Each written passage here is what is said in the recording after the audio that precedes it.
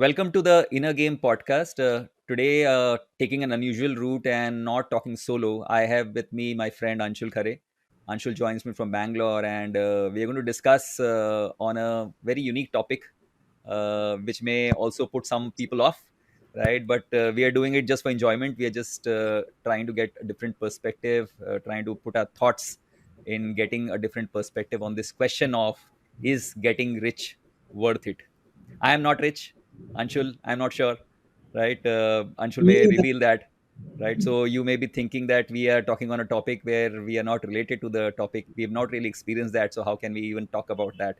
But as I think, as Charlie Munger says, that we all need to learn from vicarious experiences. We need to learn from other people's experiences, and that is what we are trying to do.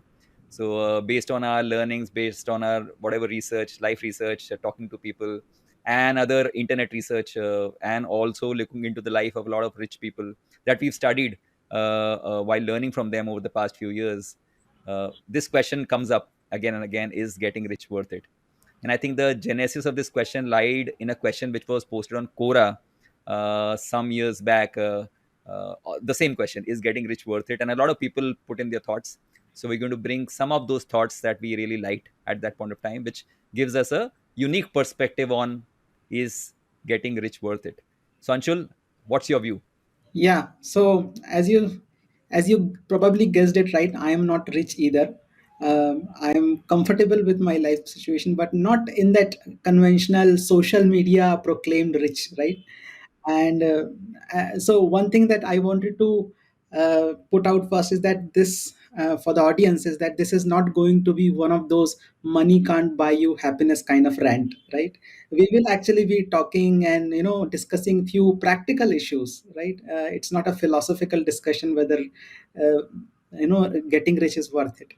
And to the question of if you are not rich, how come you are commenting on it or talking about it? So in my defense, all I have to say is that I never let my lack of first hand experience interfere or stop me from speculating on it.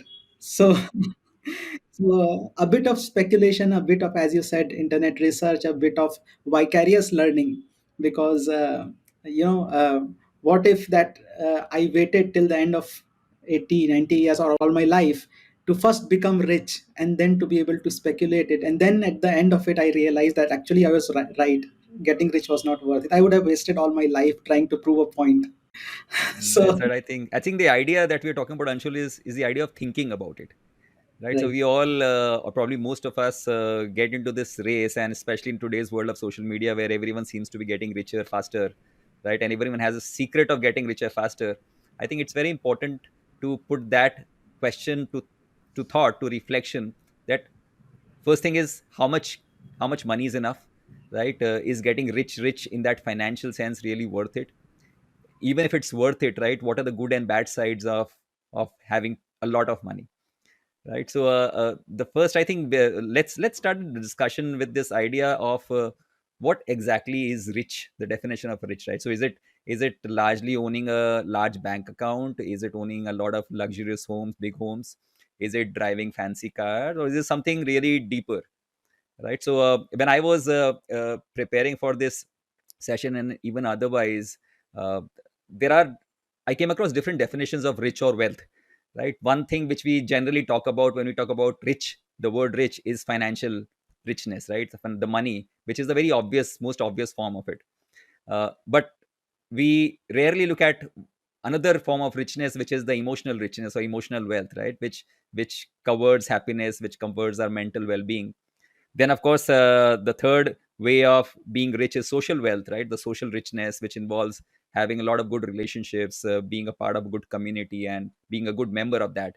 And of course, the richness that we really believe in is the intellectual richness, right? Or intellectual wealth, which pertains to attaining wisdom or pursuing wisdom, pursuing knowledge, becoming more skillful in life, and being a lifelong learner, as Charlie Munger says. Right. So these are various definitions of the word rich or wealth, right? We are today talking largely about the pursuit of financial wealth, right? Is that really, or the mindless pursuit of financial wealth, or the willingness of achieving what is known as, in today's world, the FIRE, the financially independent retire early kind of a thing. This question has always haunted me. You get financially independent, you retire early, and then do what? Right? So that is another question. After getting rich, what? So one of the one of the interesting topics in this rich discussion is the topic of lottery tickets, right? So let me start with a trivia. So in India, Vishal, what do you think are number of states where buying a lottery is legal? I have no clue. I've not really researched that. I've never bought lottery ticket. I mean, just take a Never guess. researched that. Even I did not know 1 hour back. So Oh, you're talking about legality. Maybe all yes, states in in India, India, let's say if you want to buy lottery tickets, right? uh, it's legal in some states, right? Right, So right, right. how Maybe many I've states? seen it everywhere, so I think it's covered entirely. But probably one state where I've not been there, Sikkim. So I have heard a lot of Sikkim lottery, right? Okay, In Maharashtra as well, I've seen lottery tickets being sold publicly. I'm sure right, everywhere. But what's the number? right. So there are 13 states in India where lottery is legal. So those people have probably a little higher probability of becoming rich. Uh-huh. But so another interesting trivia around lottery is that all the states in India where the name starts with letter M, they they have legal lottery. So Maharashtra, Mizoram, Madhya Pradesh, right, and of course few others which starts with them. So West Bengal, Punjab, Kerala, these states have legal lottery. Now, the reason I mentioned lottery was I think this is an interesting case study or an experiment.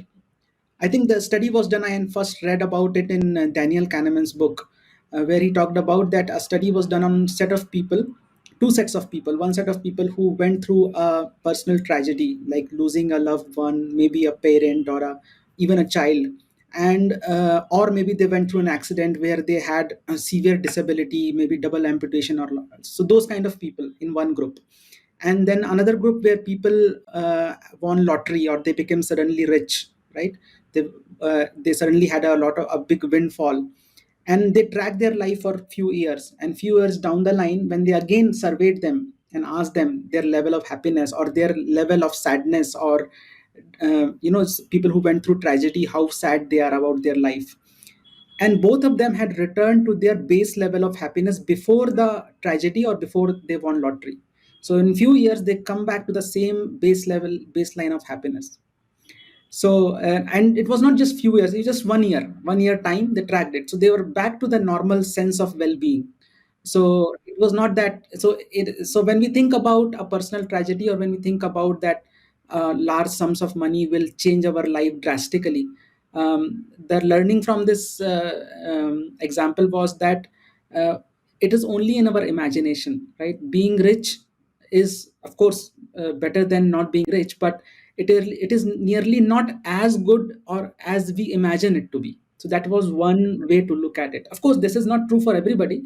This could also be true for a maybe small set of people, but again, looking at this whole idea from another study, from another lens, that brings a new perspective. That's right. That's right. I think what you talked about, I think there's a term for it, hedonic adaptation, right? So we are on that hedonic treadmill where we are always constantly seeing a surge in the waves of happiness and a decline suddenly after we receive what we thought would cause us eternal happiness, right? But our base level of happiness remains same throughout our lives. And you rightly gave the example of people like even double amputees, right? People who are always on wheelchair, right? We think that probably they are among the saddest people in the world, or in the sense they must be so sad or looking at their condition. But researchers have found out that they are at the same level of happiness as they were when they before they had gone through the accident. I remember a couple of quotes here from one from David Foster Wallace, the famous author, who says that happy people are often still happy when they become millionaires, and Right. unhappy people are often still unhappy when they become millionaires. Correct. And Correct. Buffett, in a very colorful analogy, he said sometime that of the billionaires I have known, money brings out the basic traits in them. If they were Right. jerks before they had money, they are simply jerks with $1 million. So money does not change even your Yes. basic level of happiness. I think one book recently which I highly recommend, and I'm sure everyone here listening would have read, is The Psychology of Money. by Morgan Housel, where he talks about a similar idea, right? We all think about chasing money, right? But then it brings out the basic traits in that no, and we think so. So the guy who's driving a Ferrari and he comes out of it and he thinks that people are looking at him because he's driving a Ferrari. People are in fact looking at the Ferrari, right? So was getting a Ferrari worth it because people are not looking at you, right? So I think amazing insights. And uh, there's this effect called the amplification effect. I think we've talked about it earlier and we've written about it, right? So the good thing about wealth is that it removes constraints, right? So that is where getting rich is worth it, right? So as recent an example as the heat, extreme heat situation in northern part of India, or most parts of India, right? You need to have a sufficient amount of money to afford a cool water, a roof over your head, air conditioner to cool your house. And we've seen stories of people who could not afford that, who are dying on streets because of extreme heat. We've seen animals who've died suddenly because of extreme heat. So not for animals but for humans, we require a certain amount of money to make ourselves comfortable, to survive a longer period of time and not really die because of these natural conditions which are outside our control, right? But so there are constraints removal, which really money, some amount of money, probably a lot of money, can help you do that. But then we've also seen situations where the spoiled brats, right, as I think Monica Hallan use a word called Raja Beta and Rani Bitia, right? All those kids of the world, where when you give them a lot of money and they're already addicted to a lot of money and drugs and everything, right? It causes them even bigger issues, or their families bigger issues with alcohol abuse or drug abuse, because just because they have a lot of money, right? So I think the bigger part of, and this amplification also happens in the positive side, right? If you have a purpose in life, right, and if you want to move towards that purpose in life of doing something that you really want to do, you require some amount of money, you require some amount of financial security. So when you have that ample amount of money that can really help you uh, walk on that path of purpose going forward, right, or start on that path of purpose, that amount of money is certainly required. So for that, if you use the word financial wealth or financial richness, I'm sure that is required. I'm sure not just for companies who require cash to sustain and grow their business, even individuals require some amount of cash and richness to grow in life personally as well. So it's purely about the amplification effect. If you are not a good person, probably you'll become worse with money, right? If you are a good person, you'll become better because you have the financial resources, and now you don't have to worry about the basic amount of money or the financial richness that you have, right? So This social media these days, once sometimes I YouTube recommends all these short videos where these new age influencers, right, they would be talking about, guys, आपके भाई ने नया Mercedes खरीदा देखो.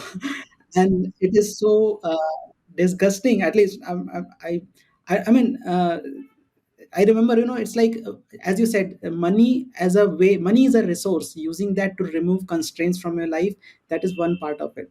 But then buying a Mercedes, pink color Mercedes, and then worrying about buying a private jet which is matching the pink color Mercedes, that is different level of, thought process. So that reminds me, I have a fear of flying, and given a chance to own a private jet, I will not do that for another reason, that private jet rides are much more bumpier than a commercial flight. So people who are looking to buy a private jet, and if that's in their desire or bucket list, that's the reason I want to become rich. Let me tell you that private jet ride is very uncomfortable, right? and Anshul, just to point out to the audience, Anshul is talking this from a vicarious experience. He's not experienced that, but he doesn't want to experience that because he's learned from the experience of other people, Yes, which is a good way to live your life. right. And that again reminds me of Charlie Munger's. So somebody asked that many times Charlie Munger would ride, would actually take a commercial flight. Uh, and somebody asked him that, you can afford, you're a billionaire, you can afford to ride in a private jet in a. So and he said that, statistically, commercial airlines are safer, although that statistical difference might be very less, but still statistically, commercial flights are safer than private or chartered flights. Maybe because of the reason that there are so many lives involved, they have much more robust set of checklists and precautions and things like that. So I think you rightly mentioned about these the secrets that have been dispelled on social media and across around you on how to get rich faster. And And I think disgusting is a real word, right? Because even if you don't want, you are bombarded with such kind of information, such kind of noise from people in their 20s and 30s, early 30s, and talking about the idea of compounding and talking about compounding fast and talking. So they're talking sense in terms of using the right words, right? And probably that is what is hooking the audience to them, because they're using the right words, but they are teaching the wrong learnings. The notion of hard work, the notion of taking its own time, or getting rich taking its own time, I think that notion somewhere getting lost, right? I would not say in my previous generation or in a previous generation, probably we are generation ahead, but probably in also in our generation, where suddenly people have realized sudden riches, and we've seen what is happening in the stock markets, right? The wealth effect, as they say in the Western world, right? I was listening to, I was reading a article recently about the new generation, the young generation, and their attitude towards work in India. This was written from an Indian perspective, and written by someone who's has had a lot of experience in the corporate world in terms of dealing with people and the kind of employees that they hire. And the pain point was that the not as it's not about generation, about the attitude of a lot of people who've suddenly found a way, or the secret of getting rich fast, who don't just want to work, right?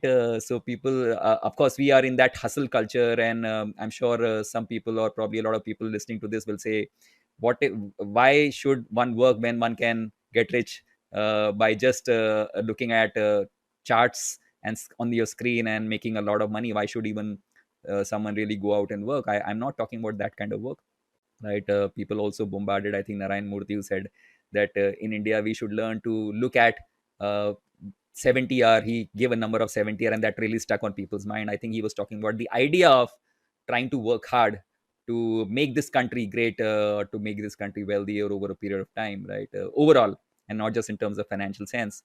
But this idea of getting rich fast, I think has been bombarded upon us so much, so many times, almost on a daily basis, that, and that is where this idea of reflecting and thinking and stopping and asking this question: is this pursuit of mindless wealth or mindless richness or quick riches really worth it, right? Meeting your purpose, getting over your constraints, providing your family a good life, right? That's all given, right? Now, whether you achieve it in 5 years, the earlier you achieve, the better it is, because your family is also happy and you meet your financial goals. But the question is, what are the side effects of this pursuit, right? Are we losing the idea of, I think we remember we talked about in a Hindi episode earlier, the idea of those the light bugs, right? And how they circle around a lamppost and they die, when their original nature was to or to move, to take moon as the anchor and move forward, right? So I think that's the same thing what social media and this pursuit of getting rich fast is doing to us, right? in Instead of moving towards our north star, our real purpose in life, we are getting enamored, or we are getting I don't know what's that word for it, we are getting enamored by those short term rushes of dopamine that these videos and audios and the secrets of getting rich fast are giving us, that we are losing that purpose of what we really do want to do in life. And I'm sure AI is just magnifying that fact. And I'm seeing so many AI videos where you can create YouTube videos and you can create content by just using AI, right? Just because that can help you earn money. But the question is, what are you doing to it, right? So, of course, technology is very important. It's very good to use technology, and we are using technology, right? But we all always need to go back and reflect of what really makes life worthwhile. Is it just the pursuit of quick money through YouTube money, or through whatever it is? But or is it really doing something that really you wake up in the morning and you want to jump out of your bed and do to make your life happier and meaningful and worthwhile over a longer period of time? And talking about social media, so yesterday I was watching a lecture, and where the person on the lecture, he was talking about the effect of technology on society. And he was talking about this specific idea that technology, so when people introduce technology, right, usually the thought process behind it, that it will make our life more convenient, right? Again, technology will probably remove constraints from our life, and that's well and good. But every time a technology is introduced, And he took a very good example. He took an example of, and I'm talking, so this might be a little bit of digression from our original topic, but since we are talking about the effect of social media and how it is actually distorting the whole social architecture or the social order in our society. So he's talking about that, before India's division, before during the British Raj, so Punjab, right, the state of, it was undivided Punjab, and Punjab, the name Punjab comes from five rivers, right? So that's the origin of the word Punjab. So there were five rivers, and most of these rivers were in the Pakistan side of the Punjab, the western Punjab.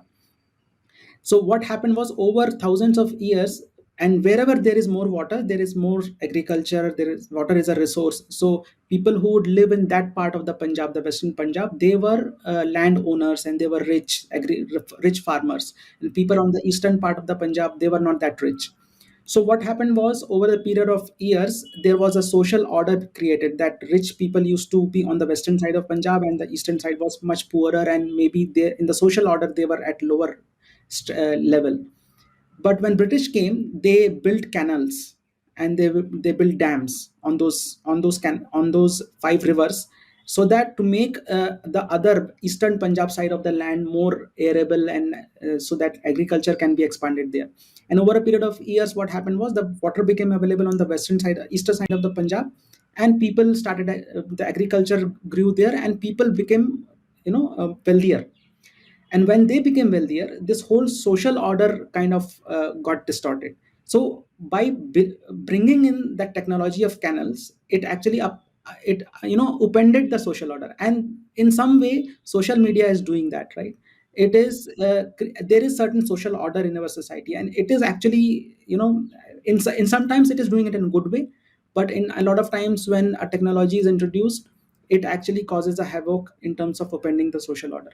So nothing good and bad with the technology, but it's just that the unintended consequences, which only become visible over a period of time, and which seems to be happening, the toxicity and the negative effect that social media is creating, in form of the examples which we just discussed. So this is probably a digression from the original topic, but coming back to it, as you mentioned in the beginning, that this discussion was inspired by a Quora thread named "Is Getting Rich Worth It?" And some of the so one of the effects you talked about is the amplification effect, right? Another interesting thing is, which that so some of the people who answered in that thread were, some did anonymously. Of course, they did not want to reveal their identity, so we don't know whether they were really rich or they were also just speculating like us. But there was at least one guy which I recognized in that list, was Paul Buchheit, who was the creator of Gmail. He was part of Google, and there he created Gmail, and then of course he became very rich, because he was early employee of Google. And he answered some of the questions. So that's why I got very, it piqued my curiosity that somebody like Paul Buchet is answering that question. So some of the things which came up, so one thing which came up, the moment you become rich, right? So I talked about social aspect of any technology, right? So similarly, when you become rich suddenly in your surrounding, you somehow uh, are put on a higher pedestal, because now you're rich and people know that you are rich, and that changes the equation of expectations around you. Now it may not happen necessarily, and it may also happen that in the process of becoming rich, if you become rich slowly, gradually, over a few decades, then your social circle will also be like that, right? You will probably move around, your circle of friends will change, your people who you associated will slowly gradually change. But if somebody who becomes suddenly rich, his the people who are around him, they might have a different expectation from him. First of all, the thread, somebody said that, your right to crib is revoked, as in, now people look at you, and if you start cribbing, or if you start complaining, or if you genuinely start sharing a problem with others, they will look at you and say, now you are rich, why are you cribbing, why are you complaining? You have all the money in the world, you should not be having any problems. And again, that's a wrong way to this is a wrong worldview, right? But then you are now at the receiving end of it, and you would be like, oh, but having money doesn't solve every problem, right? It just changes the nature of the problem, and some problem cannot be solved with the money. And of course, another way in which expectations can change is, now since you have the resources, people will expect you to rescue them. Not everybody, but some of them will probably start looking up at you for maybe funding their new startup, or maybe extending them a interest free loan, or help them in some way, right? Those are some of the things that you will have to manage, or you have to learn to do it once you become rich. And maybe that's one of the reasons a lot of rich people stay anonymous. So I remember this interview of a investor, I probably would not like to name him, but Indian investor, and he was talking about that he made a lot of money very in a short period of time in Asiana stock. And he was, I mean, at a point of time he was like had 200 crore worth of stocks, and it was like a big jump, maybe 200x 100x jump from his net worth. And he did not disclose it to anybody, not even in his family, not even to his wife, because first of all he was intelligent enough to know that maybe this money is temporary, it may come down crashing down anytime. And then he also knew that this can actually create a lot of unrest in the family in some way, right? Because people are not won't be able to digest it. So those are some interesting problems, which practical problems which will come up. So if you are not ready to deal with those problems, so maybe getting rich is not worth it for you. So that is one point which I really found interesting in that thread. Nike associated with that, I think again, coming back to the psychology of money, and I think somewhere else again, when I was listening to Morgan, he also talked about this idea of unrealistic expectations from others, right? And he was giving an example of the basketball player where he interviewed all these top-notch basketball players in America. He was giving them a lecture, and after that he got down to speaking to them, right? And he talked about the wealth that they have created after so many years of hard work and everything. And the intrinsic perspective that he received from them was that this wealth was not their wealth, it was community wealth, right? They had, most of those basketball players had come out of very poor backgrounds and neighborhoods, right? And once they got rich, it was not just the wealth, or the richness was not just there, it was their sisters money, it was their brothers money, it was their friends money, it was the community money. So the money belongs to everyone else. That was a good side of it, right? Because that is how they behaved as a community. But I think rightly said, the expectations of people increase. Again, I'm talking from a vicarious experience, right? Your right to crib is revoked. People will always remind you that you should be grateful for the money that you have. How can you even talk about a problem that you have, right? There's no problem that money cannot solve. But then the point is that money only solves money problems, right? Money will not solve non-money problem, right? So I think these are very interesting insights that you quoted from that Quora post about getting your right to crib. And this is I would not say a very serious thing.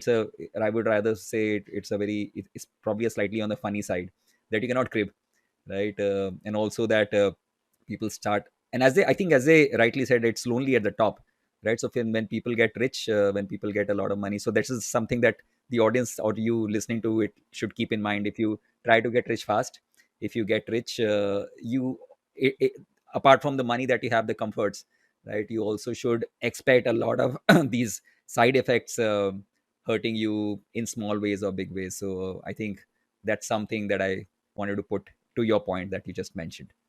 That reminds me of a good thought experiment. So I don't remember where I read it, but it had stuck to my mind for a long time. Imagine that you are driving a car from, let's say, Kanyakumari to Kashmir, right? And of course you will have to fill petrol, gas in your car.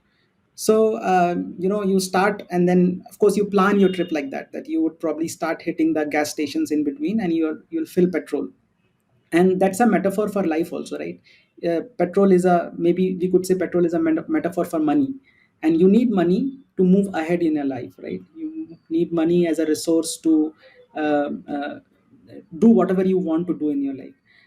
And imagine that somebody starts and he says, you know what, I have a petrol, so let me do one thing, let me increase the capacity of my fuel tank. So let's say I have 40-liter tank, let me attach another 100-liter tanker behind my car, so that I don't have to stop more, I can actually go in longer without stopping. So he attaches a 100-liter tanker, right? Now he fills a tanker, and then he starts going, and then he realizes that I have a nearby petrol pump here, so I can refill my tanker here instead of waiting till later. So goes to a nearby petrol pump, he fills his 100-liter tanker. Now he realizes, you know what, I don't really need to, maybe if I could get a 200-liter tanker, I would probably won't need to stop for another 1,000 to 1,000 kilometers. So he goes and buys and upgrades his tanker from 100-liter to 200-liter. And now since he has a 200-liter, he has to go to another petrol pump to fill it. Now what is happening is, his trip, from instead of being a Kanyakumari to Kashmir trip, his trip is slowly turning into a gas station hopping trip, right? And if that's a good, very good metaphor for life, right? We have certain dreams, certain things we want to do in life, and money enables us to do that. But if we turn our whole all our time and all of our energy into money gathering, wealth accumulation endeavor, then the whole purpose of the life is kind of uh, in a way defeated, right?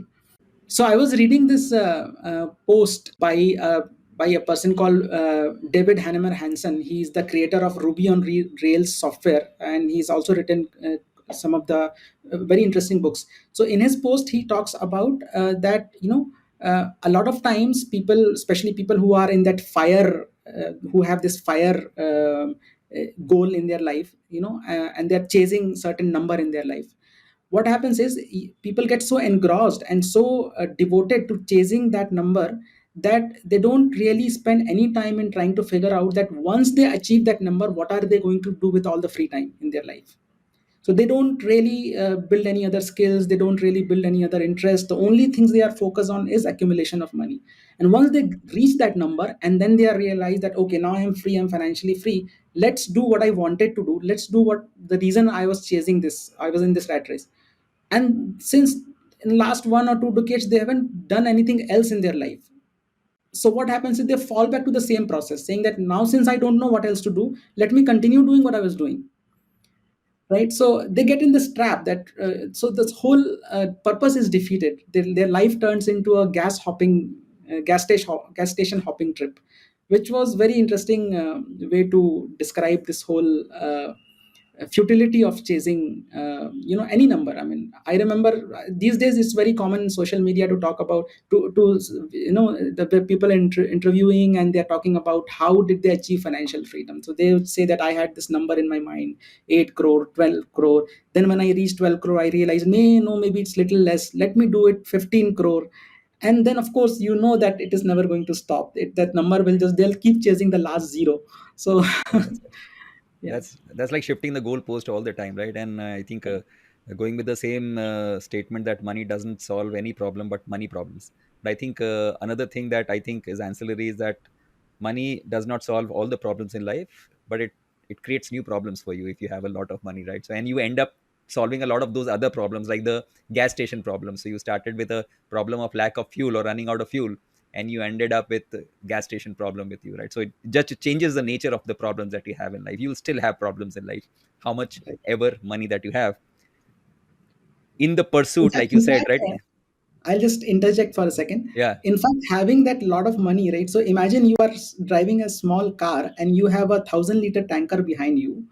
And let's say you don't want to fill it anymore. But then dragging the tanker from Kanyakumari to Kashmir, that's also a stressful job, right? Now you have 100 crores in the bank. You cannot not think about it, right? You will be worried about that. Now you become slave to that money, right? that's So, I think Sant Kabir said, right? Sai itna dijiye jame kutum samay, मैं भी yes. भूखा ना रहूं साधु ना भूखा जाए. So it's like a prayer to God that give me enough money that my house runs, right? I'm able to feed my kids and family, and I am not hungry, and the person who comes to me for money, for need, a needy person, he also does not go hungry away from my house. So I think that is the amount of money. So there's no number to it, of course. In financial freedom we all talk about some certain numbers, but we are not talking about those numbers today. I think another perspective about chasing money, I think is the idea for that, right? Every time you get something, you have to pay with something, right? There's always a transaction. So we always need to think about that, what are we paying to get money? We will not be paying money to get money. We will be spending our time, we will be spending the health that we have, right? I see so many rich investors but unhealthy investors, right? I have a lot of things what happens to us on the health front or life front, whether we die suddenly, is outside our control. But the point is that in that mindless pursuit, right, you also end up sacrificing your wealth, because you are not looking at, sorry, sacrificing your health, let me correct that. because you're not looking that as an important attribute. That's something that is to be taken care of in the future. Now let me look at the secrets of getting rich faster, right? So and these are the real richness. I think some as it rightly said in olden times, health is a real wealth, right? So richness, health richness, social richness, emotional richness, these are the real richness that we are sacrificing in the pursuit of too much chasing of too fast money. I again remember this reading this post from Ian Castle, who's a friend and a founder of Microcap Club, right? And he wrote a wonderful article titled "What's Chasing You," right? And he talked about a fish which was available on the North Atlantic side, but it was really consumed on the western coast of America, and people loved. It was a cod fish that people loved, but they was facing a problem of transporting the fish from the east coast to the North Atlantic side to the west coast. And they first tried the rail car, but by the time the fish arrived on the west coast, it was all mushy, right? It lacked flavor. Then someone had this idea of turning a rail car into a large aquarium and shipping the codfish alive across the country. It's a long distance, right? Now the in this case the fish stayed fresh, but unfortunately uh, uh, it actually, they thought that it's going to stay fresh in the aquarium, but unfortunately it did not stay fresh because of the long duration, right? Then someone actually studied the nature of codfish, and they realized that in its natural environment they have a predator called the catfish, right? So they put a catfish in each tank and shipped the codfish now across the country. And during the entire journey, the catfish used to chase the codfish because that's a natural way that they live, right? In this case, when the catfish was always chasing the codfish, when they arrived on the western coast, the codfish was very fresh. Why? Because it was being chased. It was alive in its chase, it was running for life, and its health and everything remained as good as it was when it started getting transported from the east coast. So the title "What's Chasing You" is such an important idea when we are new into this journey of building a life for ourselves, of walking on our purpose, right? When we have less money, when we have constraints, there's something that is chasing us, right? In the right way. And because there's something that is chasing us, we are always alive, right? But after the certain point that we talked about, the after reaching fire, after reaching financial freedom, after you've already achieved a lot of money, the question that we forget to ask, next what? The question that we forget to ask is, next what do we do with all that money, right? And then of course you have a problem of getting your right to crib revoked. You have a problem of too many expectations on you. You have a problem of being lonely at the top, as they say. Of course there are a lot of people on the top alongside you, but they are lonely in their own sense. And of course in that pursuit you sometimes also realize that you lost your health, sometimes lost your family as well. We've seen so many stories of the rich people in the world who have not been such great fathers or mothers, or who have not been such great spouses in their lives, right? So those are sad stories on their personal front. Of course they made a lot of money. So before we make a lot of money, right, before we start to think, oh, how can I get rich fast, and I know the secret because now someone is telling me on YouTube, or how do I make money fast, we need to stop down to think about these questions. Is this pursuit of financial richness worth it? The answer, I think, is yes and no, right? Yes, for the reason that it removes constraints, it gives us a more comfortable life, a safer life. We have adequate resources to move towards our purpose, to solve our problems, the basic problems, the Maslow's hierarchy, right? We have the adequate resources, the financial resources to do that. But beyond that, is this unending chase going to lead us to something there where we never wanted to go, right? So on that point about always chasing that number that you talked about, fire and everything, I have talked about the story, the Zen story, where this person goes to a Zen master to learn a form of martial arts. And he says, I want to learn this martial arts, how much time it will take? And the master says, it will take you 5 years to learn this martial art.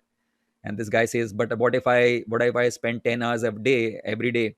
How much time will it take for me to become an expert like you? And the master says, now it'll take you 20 years. And the student is surprised, I'm spending more time, how can I take longer to become an expert? And then he says, what if I do it 20 hours a day, and for all the days, how much time will it take? The master says, now it'll take you 30 hours to do that.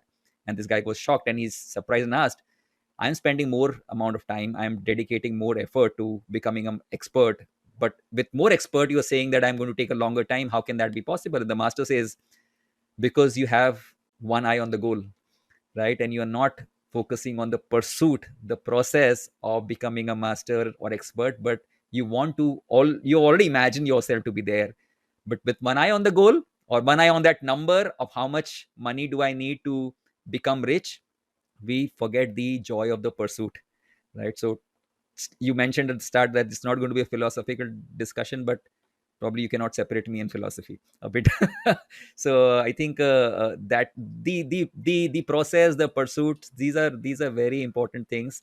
We need to ask a lot of these questions. I think what are we giving up, right, to get what we want to achieve, right? So I think, yeah, that's my point. Yeah, yeah, you cannot, even with the disclaimer at the beginning that this will not be a philosophical discussion, and but everybody, everything with that we speak, it's a philosophy, right? That's right. We all lead our life with our, everybody is a philosopher, because that's how, I mean, without being a philosopher you cannot lead a life, right? No, Being a that is true. human being, philosophy is inseparable part of it. It's just that people have different philosophies. Some philosophies are useful, some philosophies are self-destructive. So yeah, you talked about Kabir Das ji, and that reminded me another of his Doha, which I read a very interesting interpretation from. I so I'll just first tell you the Doha. The Doha was "Mati kahe kumhar se, tu kya ronde moe, एक दिन ऐसा आएगा मैं रोंदूंगी तो." And one of the common or popular translation of this doha was that, the soil is reminding the man that today you are squashing me under your feet, because the kumhar, the potter, that's how he prepares the soil. So the soil is reminding that today you are crushing me under your feet, but a day will come when you will die, and then you will be buried, and then एक दिन ऐसा आएगा मैं रोन दूंगी तो, so I will actually be on top of you. So that's one translation or one interpretation of it. And another interesting interpretation was, which very well relates to that insight which I first read um, in Yuval Harari's book Sapiens, right, where he talks about the agricultural revolution as one of the greatest frauds in human history. Because before agricultural revolution, when we used to live as hunter gatherers, we were we were foragers, and we had, and we spoke about all these things in the first episode, in our Hindi first episode, wherein we talk about the, as a forager, as a hunter gatherer, we had many more skills. Plus we were not tied to one place. We would roam around from one place to another place. If the resources at one place would end, we would go to some other place, figure out new way to find food and all those things. And all our life was not spent on collecting food. We would just go out in the morning, maybe collect some food for 3 4 hours, come back, eat our food, and the rest of half of the day was free to indulge in, maybe art, some form of art, maybe singing, spending time with your tribe and all those things. So the richness of life was much more. But when the agriculture came in, because you were now able to store food, now there was no end to it, how much food you can generate and store. So then it became a 9 to 5 kind of a job, right? So from morning to evening, back breaking work. And it has been proven from the archaeological research also that people who are the hunter gatherers had much better life, in terms of they were much stronger, they were taller. But people who were from the agricultural revolution period of time, they were much more sick. And because you are storing food, you had domesticated animals, they were much more different kinds of diseases also plaguing us. The quality of life of an agricultural society was much less. And of course, because of that, there came this whole hierarchy that there will be a king who would be the owner of that. This whole social hierarchy actually came from the agricultural revolution. And as a potter, when you create a pot, right, so now you've created a pot, and you have hold of 100 pots. Now you're constantly thinking about how much will I sell it for, who will I sell it to. You're worried about it. So now this, your treasure, what you've earned, that has become a source of somewhat misery and somewhat of suffering for you. Also, you are also worried that nobody should steal my pot. What if my pot breaks down, what will I do? So all these thoughts. So now what has become is, now you, so just like Yuval Harari said that a simple, when agriculture came in, a simple grass, wheat grass, right, we thought we have domesticated the wheat grass, but actually the reverse happened. The domestication happened of us, and it was done by the wheatgrass, because now the wheatgrass ensure that we live in a small place, we don't move around a lot, we are confined to a place where wheatgrass can grow, so we become slave of the wheatgrass. So similarly, what we possess, it actually becomes our own owner. So what we think we own, that owns us. So that was another very interesting interpretation of Kabir Das's Doha, and I think that relates to this whole idea of hoarding money, right? So the moment you start hoarding money, we think money is a resource for us, but actually a reverse might also happen, that money then starts driving your decisions, the way you want to live your life, and it just takes away the freedom from your life. I think that's right. There's this beautiful book called The Happiness Curve by Jonathan Roch, and I'm now going to show that illustration which I drew on the happiness curve to the audience. And what this curve says is that life improves for us after we cross 50 years of age, and it gives ample reasons for that, right? And the research suggests that when we are like 20, 25 years of age, right, we have the lowest amount of stuff in a life, right? But we have the highest amount of fulfillment and happiness because we don't have a lot of stuff in our life, right? We don't feel inadequate because we are just new to life, right? But as we start adding stuff, more things in our life, more money in our life, right? And when we look around and we look at other people probably on a faster track, we start feeling inadequate in our life, and we are adding a lot of stuff in our life: things, money, resources, new homes, new houses, right? New cars, new people in our lives. So despite the addition phase, our lives always feel inadequate, and we are adding more complexity to our life because now we are not just possessing a lot of things, as you rightly said. Now a lot of things possess us, right? So our house possesses us, right? Our cars possess us, our money possesses, our relationships possess us. So we are now driven by, also it's like the dog being wagged by the tail, right? So it's a tail, which is the money and resources that is wagging us, and we start feeling inadequate in our life till we reach that situation, what is commonly known as a midlife crisis, right? Midlife crisis, I think, happens to almost everyone. If you've not been through that stage, probably learn from our vicarious experience that you are going to go through that space. And if you've already passed through that, probably you have more lessons to share of that stage actually happened. You actually felt inadequate while in the process of adding a lot of stuff to your life, earning a lot of money, right? In that midlife space, you realize that most of the stuff that you acquired or you possessed, including money in your previous 20, 30 years of working, right, was not worth it. You had enough, right? You enjoyed things, but it was not worth it because by the time you're 45, 50, you realize, okay, I need to now take care of my health. I need to now take care of my relationships and things which are my own social, my own mental well-being, right? This is where I think this is probably the best audience for a yoga class, for a Zumba class, and this is what we are seeing around, right? Most people are in their mid 40s and 50s because by that time are in a mindless pursuit of money and wealth and things which are shiny, and then you realize, okay, now I have lost wealth, I've lost relationships, I've lost so many of my inner peace, right? Let me now get it right. And this is that point where you start reducing things in your life, you start reducing negative people in your life, you don't reduce money, but you start probably falling in line or probably slowing down on your pursuit or mindless pursuit of lot of money and lot of network and lot of these stuff, right? And when as you subtract things in your life, right, you start feeling abundant because now you realize that you have more than enough what you need, right? That feeling of abundance comes, and with that feeling of abundance, despite the subtraction of things, you start feeling more happier in life. So probably that's the reason as you grow beyond 50, 60 people, 50, 60s of energy, if you look around, I think people are probably more happier than someone of our age of mid 40s or early 40s, right? So we may say all these things about money, but the point is that those people already realize that, guys, in your 40 you don't know what life it is all about. It's not about mindless chase, it's about feeling abundant, right? What our scriptures and philosophers have already told us, right? But the point is that we are not willing to learn from vicarious experiences. We all want to go through that stage of acquiring possessing, being possessed by other people and other resources, and then realizing, okay, now I have learned my lesson.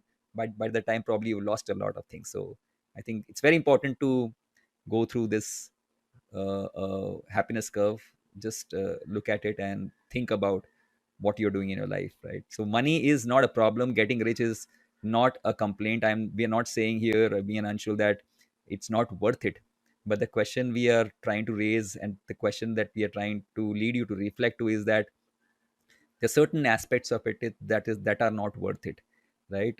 Are you looking at those aspects, right? So if you're doing that well and enough, right, but if you're not doing that, probably this is a lead for you to really think about those things. I mean, people could argue that Warren Buffett. I think somebody asked him that why don't you something in these lines, that why don't you spend some time in actually doing some kind of charity instead of maximizing wealth. But then we don't realize that Warren Buffett's life was not just about maximizing wealth, right? He actually had a very rich life, uh, and it was not mindless chase of money. He led, and through his work, through his, I mean, one of the very interesting things which I learned when I was reading is, about Warren Buffett, very many years back, was that he actually had this provision that shareholders, so whenever Berkshire would donate money to certain causes, he had, based on every shareholders how much shares he held, he could vote on which causes, right, the Berkshire would give out money to, something like that, right? So that way he enabled a lot of, what do you say, he created a lot of social capital also. It was not just that his life was just one dimensional. And so using his example to justify that chasing of money and becoming rich is worth it, that is also has to be looked with the right information, and with the right perspective, right? So yeah, so that's what I wanted to just add. That could probably be my final thought on this discussion. I think good you mentioned about Warren Buffett, because if I also look at Charlie Munger, probably I would say that Charlie Munger was a richer fellow, poorer Yes. in terms of money, but richer in terms of the relationships and family, and what he's built in terms of the legacy that over a period of time, right? So kudos to both these gentlemen for teaching us those lessons, right? So I think it's been a great discussion, Anshul. I think thank you for your insights. Enjoyed listening to you again, and I'm sure people here are going to stop this video and stop this audio wherever they are, and start reflecting. If you're not doing that, I'm sure a lot of you're already wise enough to be thinking about these things. But if you are, in case you are very young, very new to this kind of a discussion, and you are in the your pursuit of making a lot of money and getting rich faster, right, please don't immediately stop this video and go to another YouTube video to learn the secrets of making money fast, because this is what our brain tells us. Oh, enough of long term rant, enough of getting rich not worth it, let me now think about how to get rich fast. Do that. But the point is that always keep this thing in your back of your mind, that what do you pay to receive something, right? We always have to pay a cost, right? So what is that cost? Are you fine paying that cost? How big is this cost, right? What will it ultimately lead you to, right? Without even having a imagination, right, about what will it ultimately lead you to 20, 30 years down the line. What are you going to lose in this pursuit of mindlessly mindless richness, right?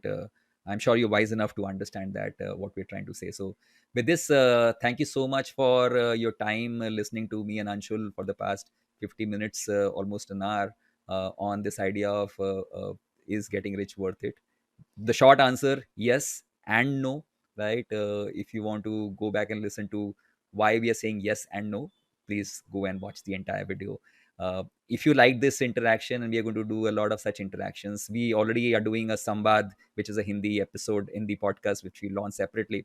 But we are also going to do regular interactions like this in English uh, over the next few months and probably years as well, right? For us, it's the enjoyment of doing this discussion, as we've also said in the past, the joy of doing that, right? So for us, that richness of having enough money to be able to afford a camera, computer, right, a decent background, right, a room, a good quiet room, that is what richness for us is all about, right? And a uh, wall full of books. a wall full of books, right? That's a real wealth, I'm sure, right? This is not just a show off, right? This is a wall. So I now look at this thing, right? Good you mentioned about that, right? If you asked me 20 years back, Anshul, what would make me really happy, I would say a room full of books will I'm that's going to be my eternal happiness, right? Now I'm in a room full of books, and my happiness is as much or as low as I was 20 years back. It has Yes. not really created an eternal happiness in me. I'm very happy when I'm in this room, when I'm having this background, when I'm looking at my books. But the question is, I am as happy or as anxious or as sad as I was 20 years back, right? Right. So it's it's a probably a living example, and we all living examples, but probably we've achieved more in life in terms of money, whatever desires, purpose, than we could have imagined 20 years back. One way is to be grateful. The second thing is to also look back and think that I've already achieved so much more. Am I much more happier? Right. So the answer, I think, would be no. Probably we are at the same levels of our hedonism or hedonic adaptation. So that's a good probably point to end this conversation. Enjoyed, Anshul. Thank you so much. Same here, Very Vishal. Thanks for your time, and I loved having this conversation today. Uh, and the more we talk about these things, another advantage is that we drill these things back into our own mind. So right. it's not that because we are talking about these things, we have figured this out, right? That's We right. have to remind these same ideas again to ourselves, so that um, there are moments when you would also be confused. There, it's not that I don't click on those videos which say how to get rich first, right? That's right. I That's right. do too, but when I click that, I also, the discussion we just had, those things will be in the background, so I will look at those, that new information with this lens. That's right. No, I think it's very important to be in the world, right, while having your own perspective, right? So that's the idea of mental models, right? When you are wearing the glasses of a good mental model, you are still going to live in the world. You're still going to receive information through visual and through other sources. But the point is, now you're adding your own perspective, your own thought process to it. So the entire idea of this series of discussions that we are having in Hindi, in English, or the Inner Game podcast, or anything that we are talking about across, is to lead you to stop, reflect, think of what you are doing. It's not to stop you from doing things. It's to lead you to think and reflect, right? As Daniel Kahneman talked about the system two thinking. We, in this pursuit of, again, mindless wealth and mindless career success and mindless designation and everything, we probably have losing that idea of thinking reflectively, right? Right. So most of the stuff is reflexive, like happens in stock market. You look at stock price and you suddenly jump because the stock price is rising. But what is the cause? Is it going to really help you become wealthy? Is it really worth it to look at those charts and those moving parts on the screen entire day? Is it really worth opening your portfolio on a Monday morning and feeling happy or sad looking at your stock price jumping and up? Is it really worth it? Right. So is getting rich worth it? The answer is yes and no. Is the mindless pursuit and what you lose in the process of getting rich fast, is that worth it? The answer is no. Right. So you need to ask this question to you. You need to think about it. Right. So with that, I think we end this conversation finally. And thank you, Anshul, for being a participant and sharing your insights. I loved listening to them, like I've loved listening to all your insights. Right. So we look forward to catching up again with a new topic sometime soon. Add some philosophy to it for sure. Uh, if you have any questions, so now that's a new thing. If you have any questions on money or finance or investing or decision making or books or anything that you think that we can ourselves reflect and get back to you with our own answers in whatever way we can, please add your questions to the comments or please email to me at vishal at safalniveshak.com. And the best way is to add to the comments so that we also get a list of questions at a single place. And we'll be happy to maybe do a special episode from time to time, just answering those questions to you. So we'll have a topic, right, to talk to you about. Other than that, then we are going to bombard you with our own mindless rants. So like today, is getting rich worth it? So great discussion, Anshul. Thank you so much for your time. Great. See you again. Thanks, Anshul. Bye.